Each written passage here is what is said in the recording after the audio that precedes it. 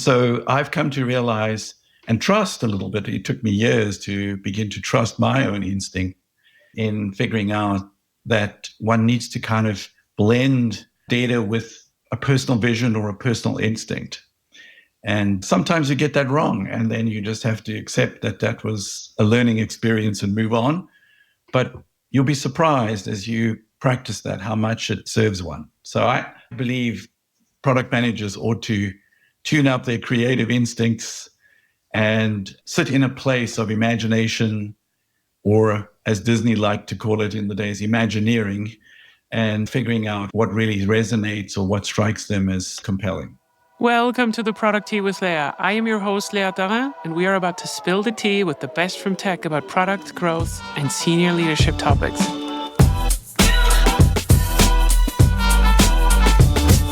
Welcome to the Product Tea, everyone. When you think about financial planning, does your mind jump to spreadsheets and sleepless nights?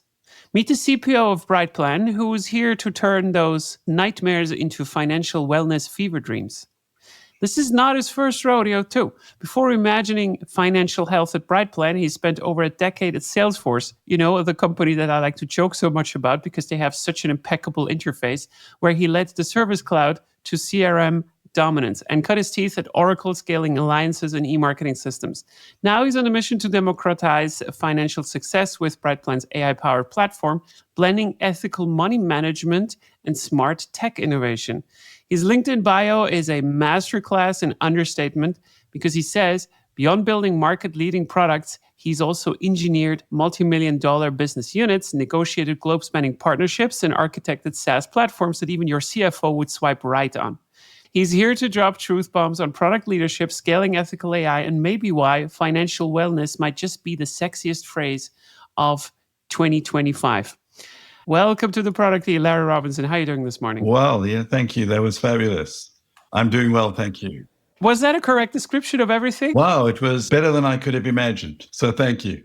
That is very good. I like to be humble here as well because we only do the best stuff. Larry, what do people get wrong about you once they get to know you? Well, you basically touched on it. I'm fairly self-effacing or humble. I kind of get embarrassed when you would make an introduction like that. So people often misled to thinking I'm soft or I'm weak. And so my nature is kind and gentle. And so that leads people to make an early impression that's perhaps not accurate because I'm very determined. If I set my mind to something, I don't really take no for an answer. I want to get it done. And I push through to that. And I have had to change people on staff if I have to get the mission accomplished. But I think one can always do those things in the kindest, nicest way. And it seems to have worked for me. But people often misunderstand that about me. Are you someone that is tough on himself as well? I certainly am, yes. That explains it. We seem to have the same problem in this regard. It's like that starts always where it is, right? Like with yourself. You're just not forgiving yourself for anything. It just needs to go the entire full run, right? Yes. It is great to have you here. The reason why you're here is because I went to Dave Kellogg, a fun friend that I have acquired in the last couple of years, who I highly respect. And he said, hey, you have to talk to Larry. And then I said, why do I have to talk to Larry? And then he said, Larry is one of the best product minds in existence. And I said, yeah, well, okay, there's no question that he needs to be on the product team then.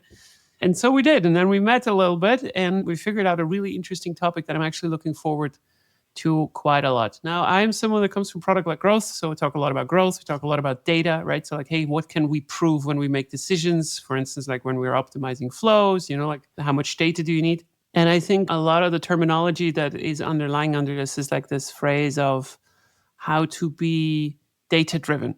And you have been in the industry a little bit longer than me as well, but we've come up both in the industry when this was sort of the new thing. How to prove everything.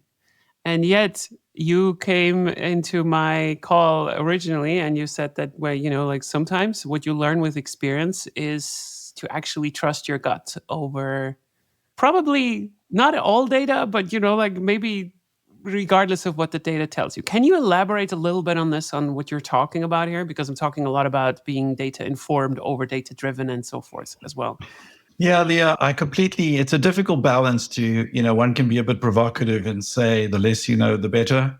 but that's not actually where I sit. I think data is very valuable in testing and proving hypotheses. But one of the things in my career that as I've built teams around me, I've really, really come to realize and appreciate is instinct or gut. There's just so many, examples in if you read or follow the industry or, just being able to have an intuition. And one can try to unpack where that comes from or how you develop it. But I do think I've met many product managers who fall into the trap of being so rigorous and so data-driven and so analytical, potentially, went to a very prestigious business school and got an MBA, and they're very, very analysis-driven and haven't really focused on developing their imagination or their instinct or tested instincts. And so I've come to realize and trust a little bit. It took me years to begin to trust my own instinct in figuring out that one needs to kind of blend data with a personal vision or a personal instinct. And sometimes you get that wrong, and then you just have to accept that that was a learning experience and move on. But you'll be surprised as you practice that, how much it serves one. So I believe product managers ought to tune up their creative instincts and sit in a place of imagination, or as Disney liked to call it in the days, Imagineering, and figuring out what really resonates or what strikes them as compelling. Okay, let's dive into this a little bit. So I have a lot of questions that I would like to prod your mind a little bit on this. Let's just start maybe with a simple topic, or like rather simple with a lot of kind of impact, and that would be recruiting. I remember specifically a situation that I had with another CEO where they were trying to hire a director of product for like an extremely important position in the business at the time. And we were going back and forth in like, I would say about 6 to 7 meetings about whether this person should be hired or not, because they had a candidate. And I was constantly going off and I was like, I don't have a good feeling about this candidate. And I do not think this is the right choice. And we were constantly going back and forth with why. And then he was coming with Excel sheets. He was trying to be very, very diligent about this as well. And I feel like sometimes this is an impactful decision. And we're also dealing with people's careers, of course. So you do not want to also unjustifiably deny someone something as well. But I just did not have a good gut feeling. So this goes to your example here. So like, how do you think about this? Because I think that I can usually tell with a relatively high degree of certainty within a couple of minutes whether someone is on the on list or on the not list, right? Sure, you can still fail for some of the harder skills, of course. But like, this is one idea that comes up to my mind immediately when you say like, trust your gut. You're absolutely spot on. In fact, in my time at Salesforce, I started when they were very small. And so hiring people was fairly efficient. And then as we got bigger, we had more and more process in hiring. And one of the processes that developed was multiple interviews, 7, 8, 9 interviews. And the poor candidate would have to come back or get 3 or 4 visits to go and meet everyone and gradually move their way up the chain to all get approval.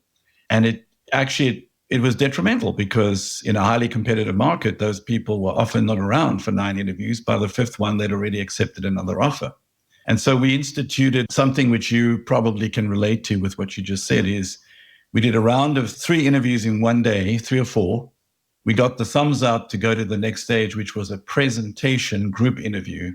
And so then I would assemble a sampling of the people a product manager would work with, engineers and marketing people and other product managers, and we would pick a topic that they were passionate about, and they had to present that topic to the audience. And a couple of things happened. When you're doing a one-on-one interview, you're like so close to the tree, you don't see the forest. But when you're in a presentation, you can judge so many soft skills for product people, like can they sell an idea? Can they explain it well? Can they create a sense of mystery? Can they tell great stories? Storytelling is important, right? Can they answer questions? Are they thinking on their feet? Can they adapt? Can they compel the audience to be with them? And often, like you just mentioned, we would do these presentation interviews and I'd be sitting there and the hiring manager would be in the room and I would literally text them within 5 minutes and say, thumbs up, because you just get that sense this person fits the role. And I think that's something we need to develop and trust. You need to trust your instinct. It's there for a reason. And in fact, I think Malcolm Gladwell put a word to it, right? He, in his book Blink, talked about thin slicing, how there's an intuition that comes quickly. And often if we overthink it, we lose that initial thread of intuition. So I don't disagree with you, of course, but if I would play devil's advocate here a little bit, is that, I mean, in order to get to trust your instincts, you also have to have some kind of data, for lack of a better word, to know that your instincts were right in the past. Yeah. Now, the sad thing about some decisions is that if you do reject the candidate, you will never know whether that was a correct decision or a bad decision. But I can give an example from my own career where we were building out a relatively important application that was crucial for the business. And I made 2 mishires, completely my fault, no one else's mistake. The entire team agreed, but like it was ultimately my fault. And I remember I also had still the notes from back in the days where I said that, like, I'm not 100% sure about these candidates, but we do not have anyone better. Yes. And it turned out to be such a bad decision. Now you can say like, well, you know, like it could have worked or it could not have worked. So let's just go with this, with the thought like, okay, sometimes we have to make ambiguous decisions, like in the case of hiring. How do you think about giving in to a feeling where you're like, okay, you know what, I made now a decision, but at some point you need to reverse it? Because that makes it sometimes even harder, right? Like it's kind of like this poker fallacy. I have already committed to the game. Yeah. I said this is a good candidate, so I kind of also need to defend it because otherwise I'm almost admitting that I made a mistake. And I think this is a quality that I personally very much admire in leaders, when they can go actually back on a decision that they made by admitting that, hey, guys, I know this does not look good, but like after 3 months, we have to separate ways. This is just not how it works. How do you think about this? So first of all, you're absolutely right. You don't get data on the people you didn't hire, but you definitely get data on the mistakes you made that you did hire. And nobody bets, a perfect score on hiring. It's really tricky. One of the things, if I'm on the fence or I have a sense, I'm just not quite sure, I will often turn the situation around and very clearly describe to the candidate what success looks like. And, essentially what I'm saying is, are you signing up for this? Because let me paint a picture of what success looks like, in my view, in this role. Does that resonate with you? And then I would literally counsel them and say, if you are uncertain about this or unsure, then step away. Because if you step in, here's what you're committing to. That has helped me in some cases avoid a mistake, but I've still made mistakes and hired people that, for whatever reason, perhaps they weren't self-aware enough to take that hint or take that time to rethink, and they've stepped in and they just haven't succeeded in the role. And yes, you have to part ways. And that's a tough one because particularly I care about people's livelihood, I care about their self-esteem and their confidence, and it's shattering when you get let go. So executing that well, carefully or sensitively is important, but it's really important for the business to do that. And you've done that. You understand that one has to say, well, we made a mistake on that one. And I'll often try to sharpen or look back at where I felt I departed from my instinct. And usually I'll find a spot at which I think my heart didn't leap when that person presented. I wasn't quite convinced, but you're right. We had to hire, and this was the best candidate we'd found, so we hired them. But you can often find a little element in the history of that interview process or that process where you had that slight misgiving. And I think that's a lesson in learning how to trust those instincts. It's interesting because it's a little bit also like when we have to make decisions on the roadmap, right? So like, let's say like we want to have a strategic decision or whatever, like where should we put resources? Like, so if we take out now the human element of like, destroying someone's career or like making a decision for hiring, in most of the stuff that we make as product leaders, we can actually do tell whether it was a success or whether it was just like sort of a success or whether it was a complete failure, with the knowledge that most of our bets are probably not going to succeed in the first place. So what this is about, I think this is also what makes it so hard. It is in the best case a risk management tool. Yes. It's not a safety net in any ways, right? Like it's not like, okay, like if you're honing your instincts, you're always going to be right. Absolutely not. You will make mistakes. Exactly. And I think specifically as well, because we do make mistakes, it's also sometimes a little bit difficult to sort what I was negative about. So like, for instance, when I come into a new position, and you know this as well, right? So like you coming in as a CPO, you start to formulate some ideas about the environment around you. the CFO should not be here, or like the CRO is kicking ass, right? Like he's great and so forth, but like you get some opinions, and then a year later, some of these instincts have been shaping up to be true. How can we make sure this is not just like some kind of form of selection bias? Do you know what I mean? Yes. It's like, or like confirmation bias, because if I'm negative about everything, then I'm also going to be correct about a couple of things. Yes. I think product people have a bias towards selection bias, as in we look for confirming signals for what we do. I think it's just it's a challenge of the position, right? It's like a little bit of like, you have to drink your own Kool-Aid, you have to believe in what you're doing.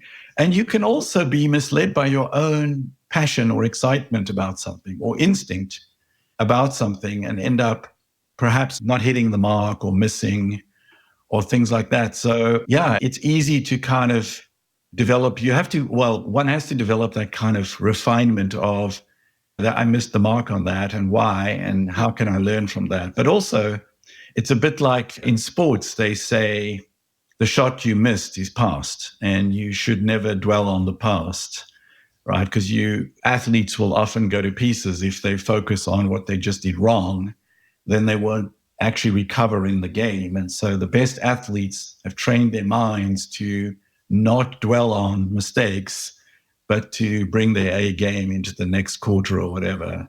And so a lot of coaches will train athletes. Yeah. Even in golf, you hit a couple of bad holes in golf and you can't focus on that, or your whole game will go like that. And so there's a bit of that. I think we have to be kind to ourselves and saying, nobody has the perfect crystal ball to know exactly what to do. You have to take a swing and learn from it. Okay, then let's create a hypothetical situation. Let's see what we do with it. So let's say you would be my boss, you're the CPO, and I don't know, let's just say we're back at Salesforce. This would be a funny one because I make a lot of fun of Salesforce, right? But Mark Benioff probably already has a file on me, I'm pretty sure. But in any case, so let's say you're the CPO, right? Like, so we're having the yearly planning on like, hey, what are we going to do? And Leah is coming around the corner and I'm saying like, listen, Larry, this interface, it's not cutting it. It's just not good. And I think that I really believe that if we rework like the core interface of like whatever, like, some kind of Salesforce product, we're reworking this integration or whatever, like this is the thing. And then you're going to ask me like, so what is your data on this? And I say like, well, like I've spoken to a couple of disgruntled customers or like prospects that we could not really convert, like we have some signals from customer success and so forth. And, it's just so obvious. Like I'm telling you, Larry, you just have to believe me on this.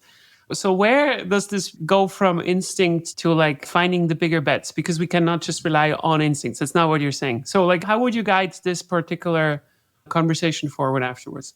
So Leo, one thing I've found, and this may be an artifact of Salesforce as well, but I'll share with you because I had that experience.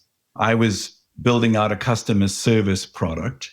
And so a record-based interface where you see one record at a time was not helpful in a higher volume customer service environment. We wanted to go after call centers and high volume. So you can have that conversation, and we did. And I can tell you 2 examples of conversations and how I managed to shift the tide a little bit. So the one thing I learned, and what I would have said to you if you were working with me, was how cheaply and quickly can you prototype your idea? Because a picture is worth, I can't even say 1,000 words, maybe 1,000,000 words in the software industry. If you can demonstrate what it is you're imagining in a way that people go, that is awesome, we need that. And so in a little way, I had to build a multi-record interface for service. It's often called an agent desktop, where you can combine different elements of profile and data and purchasing history and warranties and all that stuff, so that the moment the phone rings, the context is rich and the person can be very efficient in serving the customer, for example, if you're doing a call center. And so there was no way I could get the company to change its interface, but we built our own. And so we built one, and that interface led to the overhaul of the entire UI. When it was seen, there was a moment where I was demonstrating this to a group of execs, including Mr. Benioff, and he suddenly could see the value of a multi-record space and said, that's it. That's the future of the UI. we need to go in this direction. Now, of course, a huge number of resources refactored the entire UI. And I won't comment on whether it's perfect or not, but it's got a lot better. And it's now the rich configuration in building UI out of dynamic components is there. But it started by just creating a compelling visual working prototype that added value. And so I think that would be my partnering with you. And I like to think of it as that I would cut people loose to go and do things. I'll tell you another fun story if you like. This is a long time ago when we just first had Twitter on the scene. And people started to use a Twitter stream as a way to do customer service, right? You'd take tweets in and you'd respond to them, and it would be a service channel. And we had no idea if this was, it sounded like a good idea. One of my product managers got really hot about this and said, we must do this, we must do this. So we hired a small consulting group to build a prototype.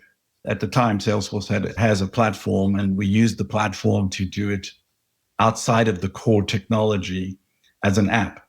And of course, what ended up happening, much to our, shall I say, joy and fear, KLM got very excited about doing social service, and they bought this solution that was kind of a prototype. And so suddenly we had to work hard to make that app work.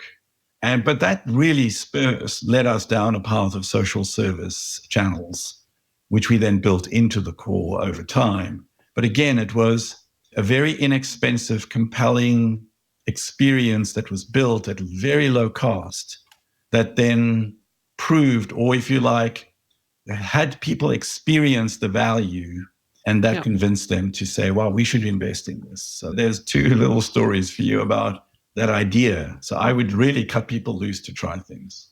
Let me repeat this back to you a little bit, because I think I have a semi-lukewarm hot take on this as well. Okay. I think what you're describing is that there's a difference between a prototype that can kind of like visualize what you're talking about versus an MVP that you're shipping towards the market to validate with data on like what's happening. And I feel like a really cool trick for me to kind of really understand what this is about is I started to tell my PMs, I don't want you to necessarily validate specifically on the bigger projects, like something like this, like, you know, where it's not just like, oh, we're changing a little bit of an interface. Like, this is almost like a new product. The purpose of this prototype is not to gather data. It is to gather emotions. Bring me 2 recorded emotions from ICPs.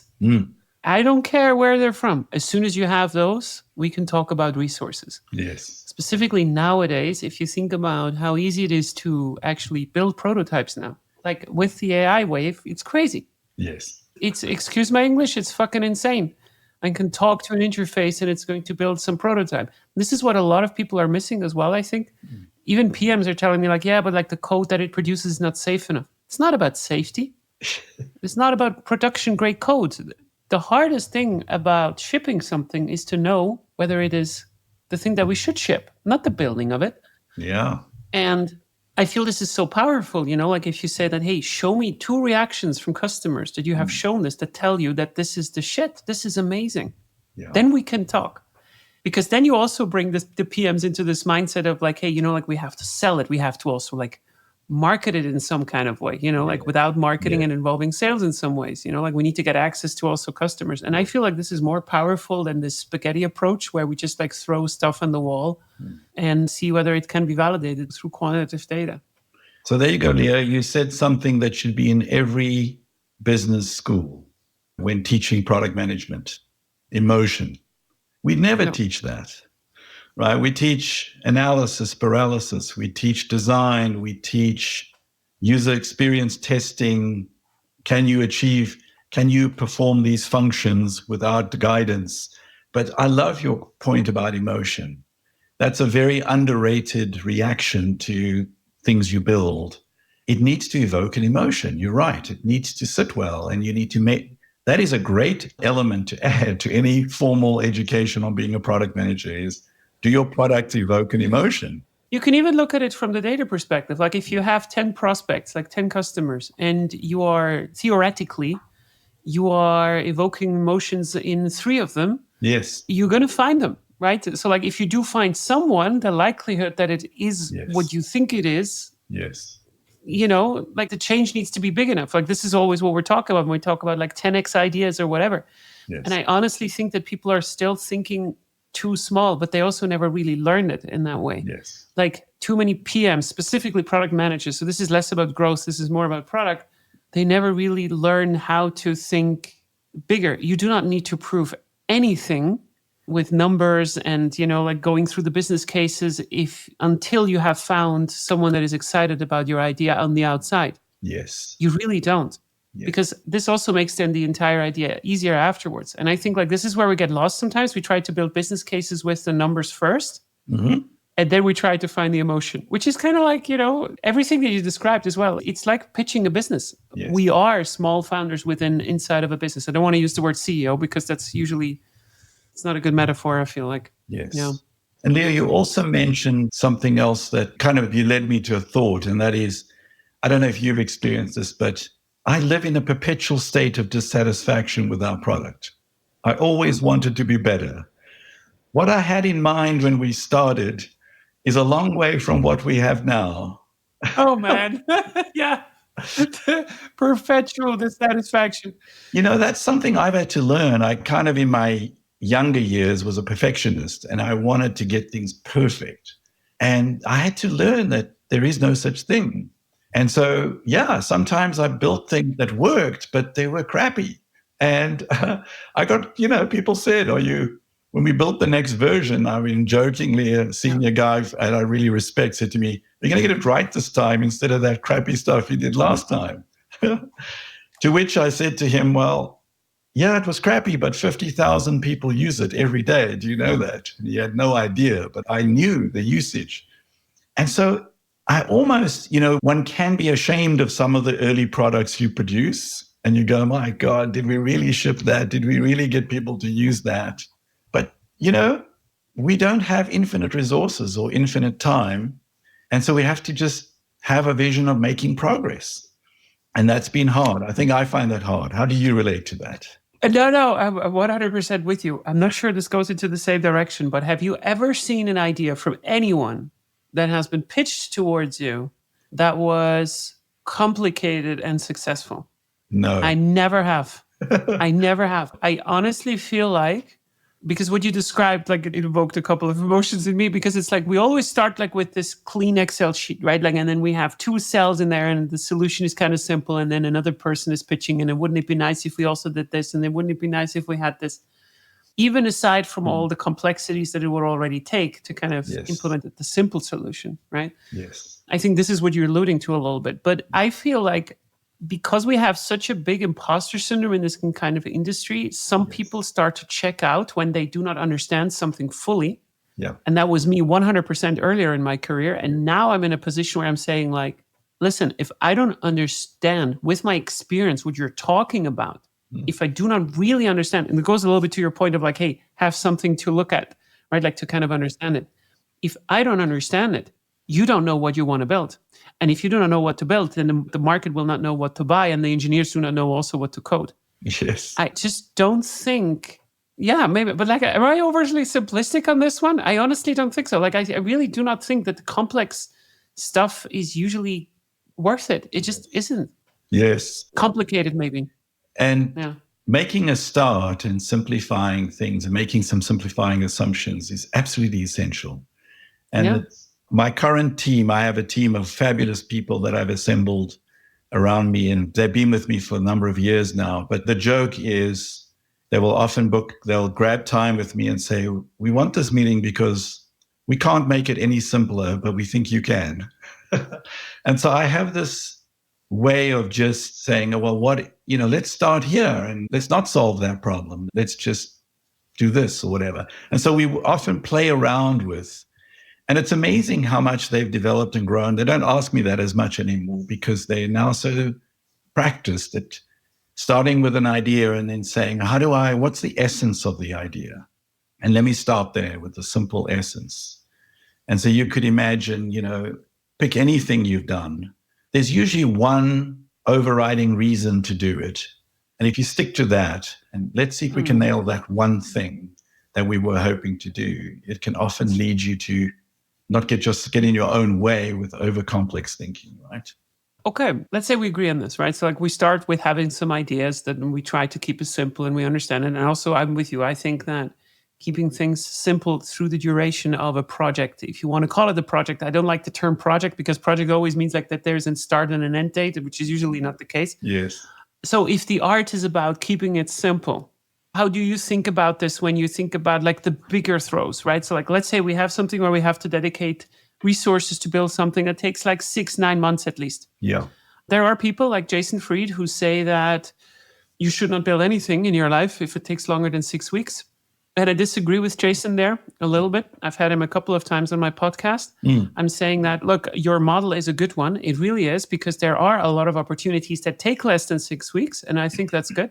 But there is stuff out there in the world that takes a longer time to kind of manifest and also to build. That is 100% true. I know that as well. Yeah. But it does not solve the underlying problem with it, which is like, how do we keep something like this honest and kind of simple throughout the entire time? So what if we do have something that is complex to build, and how to split this up? Like, so how do we bring these two worlds together? Do you have an opinion on this? So you provoke a thought, which I think you can also identify with, and that is when you build something that's an MVP, right? A very simple, a 6 week or whatever. And I think he's provocative in his 6 weeks, but what he's saying is very valuable, is that you should take the shortest time to build something compelling and put it in the market and evolve it. Yep. And I think as a product manager, my fear is always, oh gosh, we'll lose interest after the MVP and do something else. And I'll be sitting with this child that has not developed, and I'm embarrassed about, we have this product that was crappy or whatever. I think that kind of goes back to intuition. And sometimes you'll build an MVP and you'll put it in the market and it will fall flat. It will fail. And it could fail because it's the wrong idea, or it could fail because it's not good enough. And so there's a real dilemma, and when one has to be a little bit, go back inside and say, am I really sure about this? And often you need to go and build a viable product instead of a minimum viable product. And you need to put another edition in, and you need to take it 2 steps further before it catches fire and becomes a fabulous piece of the product. I don't know if you can relate to that. And that's hard, because often you build the MVP and you collect data, and the data should tell you whether you should continue to invest or not. And sometimes the data will be contrary to your instinct, but then it's a matter of, do you trust your instinct more than the data or not? And I would encourage people to, if you're really sure about something, the MVP may fail, but it doesn't mean the idea is bad or the concept is bad. I had a very interesting interview with Sri on, I can never pronounce his entire name, I'm terribly sorry, but Sri Krishnan Ganazan, I think was his name, where he said that, look, the time of MVPs that are not feature complete is really over. You should not build an MVP that is shit. And he was kind of arguing for this. So this is a very interesting one as well. But let's bring these two worlds together, because I have a very specific opinion on this. So let's say we have something like this. So we have an idea where we know that, look, if it goes well, it is going to eat up a lot of resources. And we will also have a stage where we go through the MVP and so forth and all that kind of everything fine. How do you personally like to have ideas presented to you of this kind of magnitude? Like, what are the kind of checkboxes where you say, like, hey, look, here's what I would like to have. So let's forget that they ask you for advice. That can still happen. But what do you think is kind of the correct frame? I still like to have a 1-pager, kind of like an executive summary that kind of explains it. Of course, we also would like to have some kind of a visual. Okay, understood. Do you have any other guardrails where you say, like, hey, look, this is a preferred form that I have? Or checkboxes to tick in order for an idea to be worth it to be presented to leadership, for instance?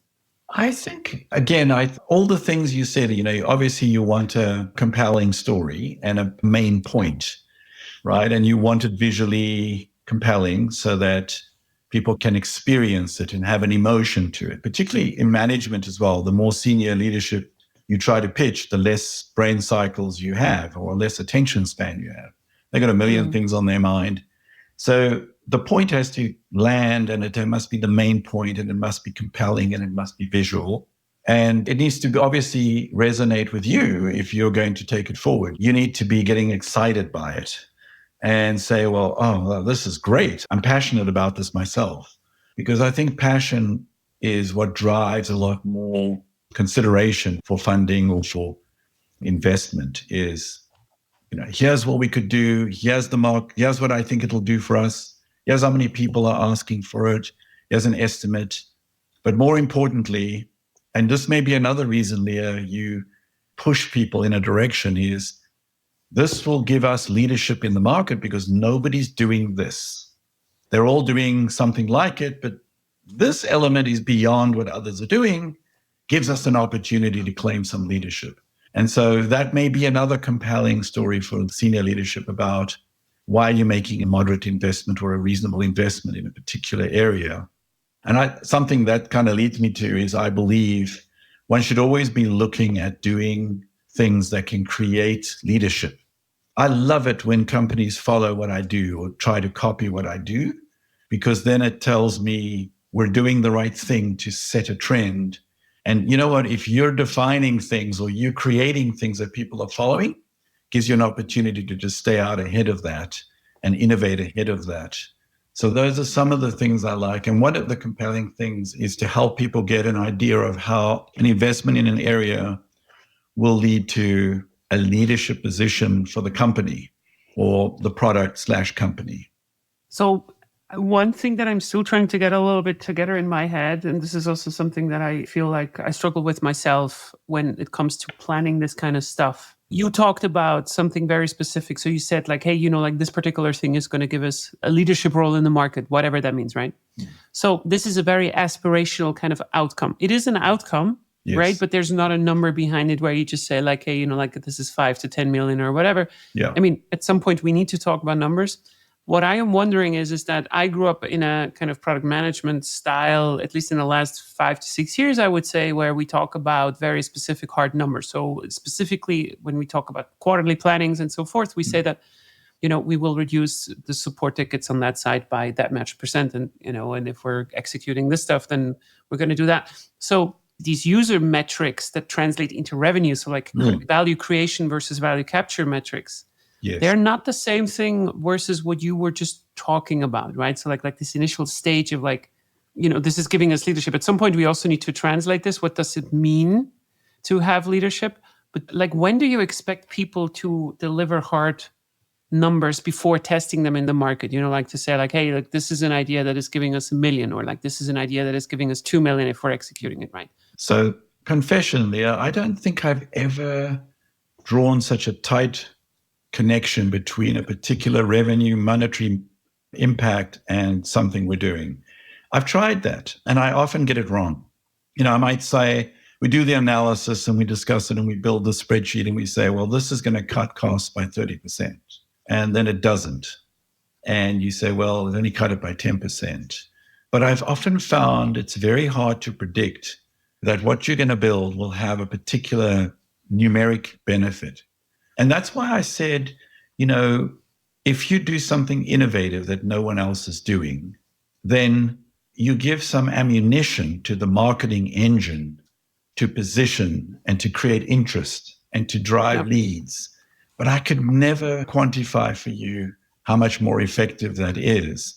I just know in experience that it's been a powerful thing that I've witnessed in my career is that innovation is a huge value that is under quantified, if you like. It's very hard to quantify, but it does lead to, winning awards and getting positioned as a leader, as a thought leader even in a particular segment. I mean, I'll give you an example. You started out introducing me because I'm at Brightplan Financial Wellness. Mm-hmm. When we entered the market, virtually everyone who was in the market, everyone I found, had approached the market from a traditional investment advisory firm. So what they did was they built a product that would help clients engage with advisors. But that model is like you have to have a lot of advisors to talk to clients, to build plans, to expose in a app.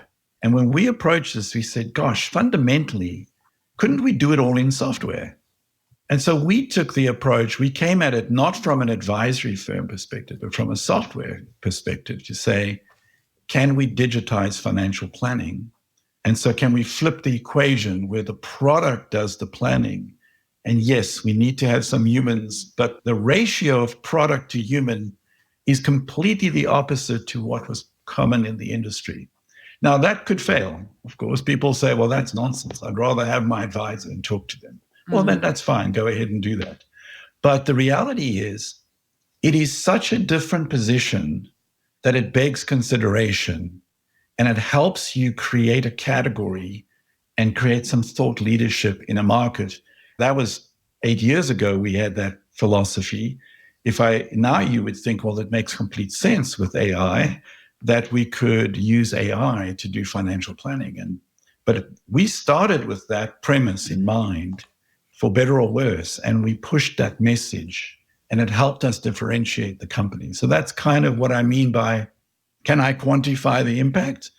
Not exactly, but something in me says you've got to have a different flavor. You've got to be a little bit different. You've got to have a new perspective. You've got to bring some freshness, and often to an older industry, to re-energize it or to even disrupt it. I'm trying to kind of think about this a little bit in a way of, I feel like I have like 3 levels of different teams in every organization, right? So like, I feel like I have my growth teams, which are like they optimize the onboarding flows, like the entire journey, like activation and all that. That's kind of like more like the quantitative data-driven side. And then you have 2 teams or like 2 areas in product management. So one of them that you were talking about quite a lot was now innovation product management, where we have to go with our guts, as the topic is of this particular episode. But then we also have like these feature teams that are somewhat a little bit stuck in managing their little side of the garden. So like, let's say you have an existing platform, like we can take Salesforce or whatever. It's something that people know, right? So like you have something, so you're managing a one feature mess over there because that's what you have been assigned for. I don't know, for instance, the Salesforce integrations into some other systems and so forth. Yes. So you can innovate a little bit. So you have to maybe build out a new feature and so forth. But in there, I'm trying to kind of like figure out right now, because your solution seems to be aim higher, right? Like it seems to be something that needs to have an effect on marketing and so forth. And while I do agree with this, I also think that the majority of product teams are kind of stuck in this, yeah, but I have such a small garden, I almost cannot be innovative. I have sort of an answer in my head to this, because I feel like it's not the fault of the PM and more the fault of the product organization. But how do you think about this? Because we still have a lot of work that is sort of like tied into maintenance, if you want to call it that, like feature maintenance, if you want to call it that, where we cannot have an aspirational goal. Don't product managers hate maintenance? It seems like it's something you have to do, but it's like eating your vegetables. Not fun, but it's something you have to do. Yeah, I think, you can break down innovation into even the mundane. And you used an example of, you have to integrate with other products, and I'm going to use a bit of history to illustrate the point, but we used to do that in code. We used to write code to do that. We used to, interface with the other system, figure out the data structures, pick data up here and put it in there and so on.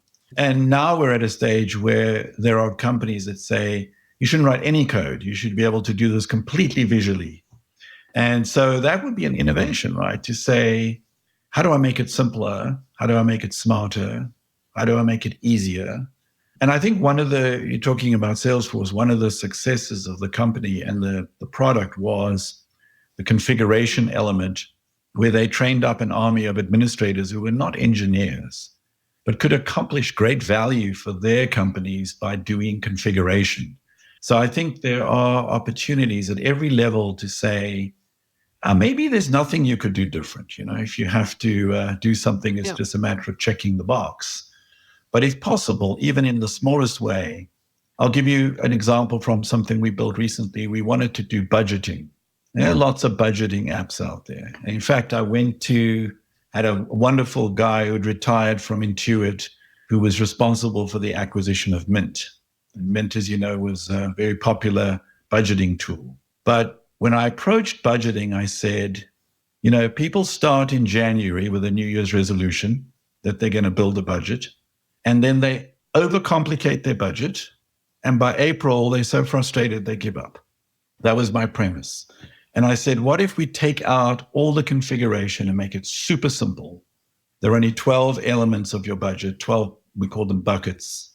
Every expense category is mapped to one of those buckets. You don't get to separate restaurants from fast food restaurants to fine dining restaurants from groceries. It's all just food. And my thought, and then I went and approached this guy and we had lunch. And I said, here's what I'm thinking. I'm thinking the product you bought was too complex. What do you think about doing this? Now, is it a huge success, Leah? No, because people do want to configure a little bit. And I took away all ability to configure. It was just automated. It would analyze transactions and propose a budget by putting them in buckets and looking at the average spend over the last year. But the idea was, let's try to give people guidance, not precision in their personal finances. And so that was a hypothesis, and it was very different. And it works, and some people love it. Some people are tinkerers, and they don't love it because they can't tinker.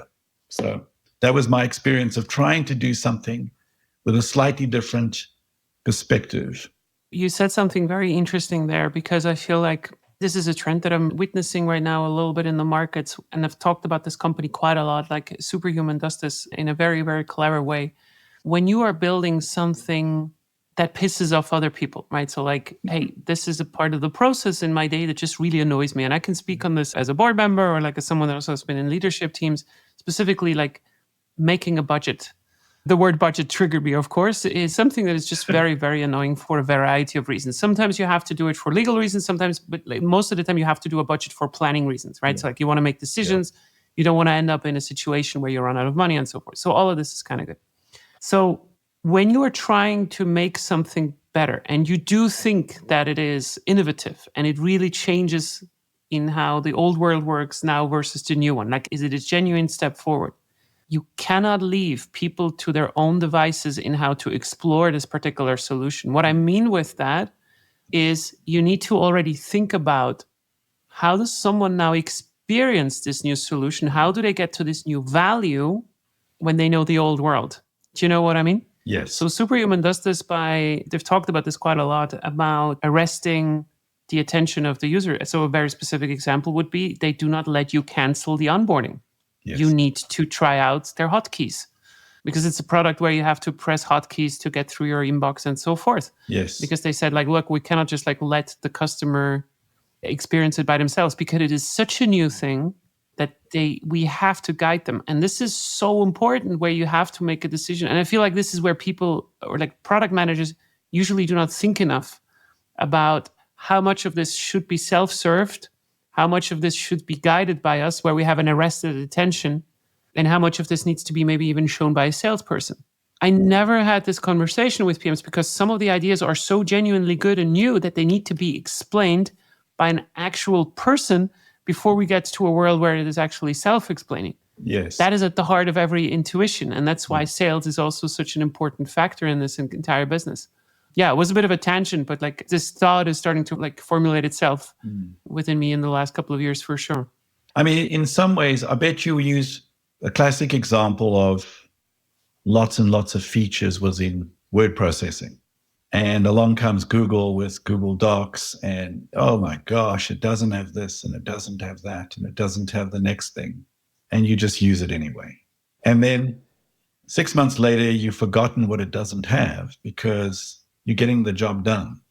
And in fact, lots of things that the other products have, you never use or, whatever. So sometimes you approach, like you just said, someone sees something new and it's hard for them because they're so trained into the old. Mm-hmm. And then, you somehow have to get them to commit to trying a new way for a while. And so sometimes that's an interesting thing. We, in user feedback about budgeting, I definitely heard about the tinkerers who want to tinker. And I resisted because I thought that tinkering was a self-destructive thing. And so I wouldn't do it for them. But now, a year or two in on the budgeting, I'm willing to entertain some tinkering. But I wanted to make sure that it was really valuable and not just something I'm used to tinkering, so I want to tinker. Because philosophically, I thought that tinkering led to complexity, which led to failure. And I wanted it to be simple. And I didn't want my personal budget to be like a company budget, a financial budget. I wanted it to be helpful and not precise. Does that make sense? But you're right. A lot of initial reaction was, but I can't divide these categories and create my own and do blah, blah, blah. And I say, no, you can't. And then they use it anyway. And then you go back to them 6 months later and say, now, what do you want? Because until you've used it and adopted or tried the philosophy of simpler is better, it's hard to get feedback where someone just says, well, I'm giving up X. That is very true. And I think the only way to make someone give up something is that if you kind of, you sometimes have to force the people a little bit. And I think this is also exactly where A/B experimentation falls flat. I remember specifically in 2003, I just had to Google it as well. Excel received, or like the MS Office suite received a complete face like overhaul and, like the interface. It looked like absolute crap before that, of course, like from today's perspective, but it was something that people were used to. And I remember that I had to teach my dad the new interface of like whatever the new kind of thing was. And he was very resistant. Like, I don't know where my stuff is. And like, I'm resistant to change and so forth. Smart man, right? So like not to the limits of his intellect or whatever. It's just like, I'm used to this. And this is a problem because I do think that in A/B experimentation, you are still evaluating a market with some pre-knowledge and some preconditions on stuff.